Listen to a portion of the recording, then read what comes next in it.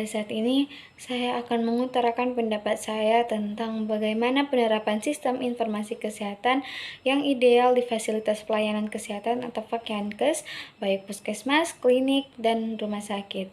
Dan juga indikator apa saja yang sebaiknya diterapkan, dan jelaskan juga tentang tanggung jawab pengelola sistem informasi kesehatan di fasilitas pelayanan kesehatan, dan apakah seorang sarjana kesehatan masyarakat dapat menjadi pengelola sistem informasi kesehatan di Vakenkes.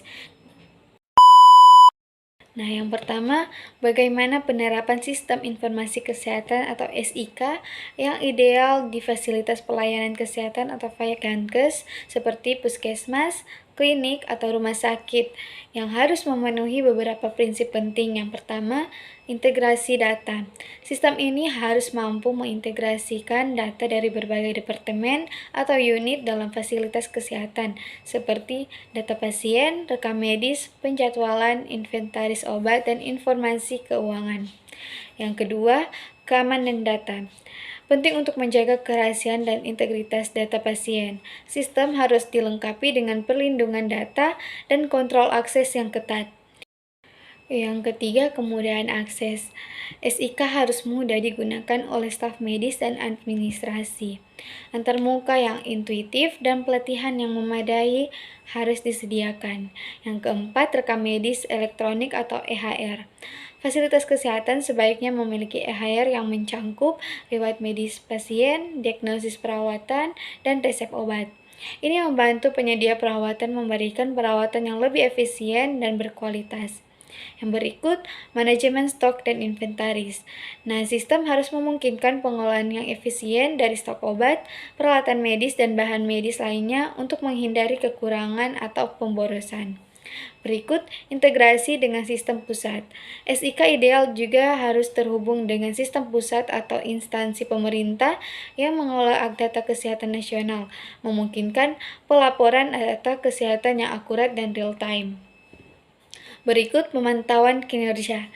Nah, fasilitas kesehatan harus dapat memantau kinerja mereka dengan bantuan ISK, termasuk pengukuran kualitas, layanan, efisiensi operasional, dan manajemen sumber daya.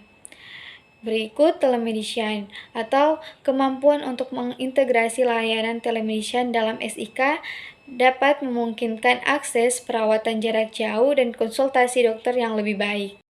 Nah, yang terakhir, penyimpanan dan backup data. Menyediakan infrastruktur yang andal untuk penyimpanan data dan prosedur backup yang teratur adalah kunci untuk melindungi informasi penting. Yang berikut, indikator yang sebaiknya diterapkan dalam sistem informasi kesehatan di pelayanan kesehatan. Itu bisa mencangkup yang pertama, akurasi data. Memantau tingkat akurasi data yang dimasukkan ke dalam sistem informasi untuk memastikan keandalan informasi medis. Kedua, ketersediaan data. Memeriksa ketersediaan data kesehatan saat diperlukan sehingga pasien mendapatkan perawatan yang tepat waktu. Ketiga, keamanan data. Mengukur tingkat keamanan data medis untuk melindungi privasi pasien dan mematuhi regulasi privasi yang berlaku. Berikut efisiensi proses. Memantau sejauh mana sistem membantu meningkatkan efisiensi dalam proses administrasi dan klinis. Berikut pelayanan pasien. Melacak kepuasan pasien, waktu tunggu, dan tingkat keberhasilan pengobatan untuk meningkatkan kualitas pelayanan. Yang berikut, integrasi dengan sistem lain. Memeriksa tingkat integrasi. Yang selanjutnya, integrasi dengan sistem lain. Memeriksa tingkat integrasi sistem dengan laboratorium, radiologi, farmasi, dan sistem lainnya yang mendukung perawatan pasien. Berikut, kepatuhan regulasi. Memastikan sistem mematuhi regulasi kesehatan yang berlaku seperti HIPAA, GDPR, atau regulasi lokal. Yang berikut, pendokumentasian medis. Memantau penggunaan pendokumentasian medis elektronik dan kepatuhan dengan pedoman klinis. Yang selanjutnya, analisis data. Mampu menganalisis data untuk mendukung pengambilan keputusan klinis dan manajemen. Yang berikut, kapasitas skalabilitas. Mengukur kemampuan sistem untuk mengakomodasi pertumbuhan pasien dan data. Yang berikut, dukungan pelanggan dan perbaikan. Evaluasi tingkat kepuasan pengguna dan respon terhadap perbaikan sistem. Dan yang terakhir, pelatihan staf. Memantau sejauh mana staf kesehatan terlatih dan penggunaan sistem. Yang berikut, bagaimana sih tanggung jawab pengelola sistem informasi kesehatan atau SIK di fasilitas pelayanan kesehatan? Sangat penting untuk memastikan kelancaran operasi sistem dan integritas data pasien. Nah, ada beberapa tanggung jawab yang diemban oleh pengelola SIK. Yang pertama, pengolahan data pasien. Memastikan bahwa data pasien tersimpan dengan aman, akurat, dan terorganisir dalam sistem. Ini mencangkup pengelolaan catatan medis elektronik, perbarui informasi pasien, dan berikan akses yang sesuai kepada staf medis. Yang kedua, keamanan data. Bertanggung jawab atas keamanan data pasien dan privasi pasien. Ini termasuk menerapkan kebijakan keamanan data yang ketat, mengelola hak akses, dan mengamankan sistem dari ancaman cyber. Yang ketiga, pemeliharaan sistem. Melakukan pemeliharaan rutin dan perbaikan sistem untuk memastikan bahwa SIK berjalan dengan baik. Ini termasuk pembaruan perangkat lunak, perbaikan bug, dan peningkatan sistem. Yang selanjutnya, pelatihan staf. Memberikan pelatihan kepada staf kesehatan tentang cara menggunakan sistem dengan efektif dan mematuhi prosedur yang diterapkan. Yang berikut, integrasi dengan sistem lain. Memastikan bahwa SIK terintegrasi dengan sistem ini seperti laboratorium, radiologi, dan farmasi, sehingga data dapat bergerak dengan mulus di seluruh fasilitas kesehatan. Nah, yang selanjutnya, apakah seorang sarjana kesehatan masyarakat dapat menjadi pengelola sistem informasi kesehatan di Fakyankes? Jawabannya ya.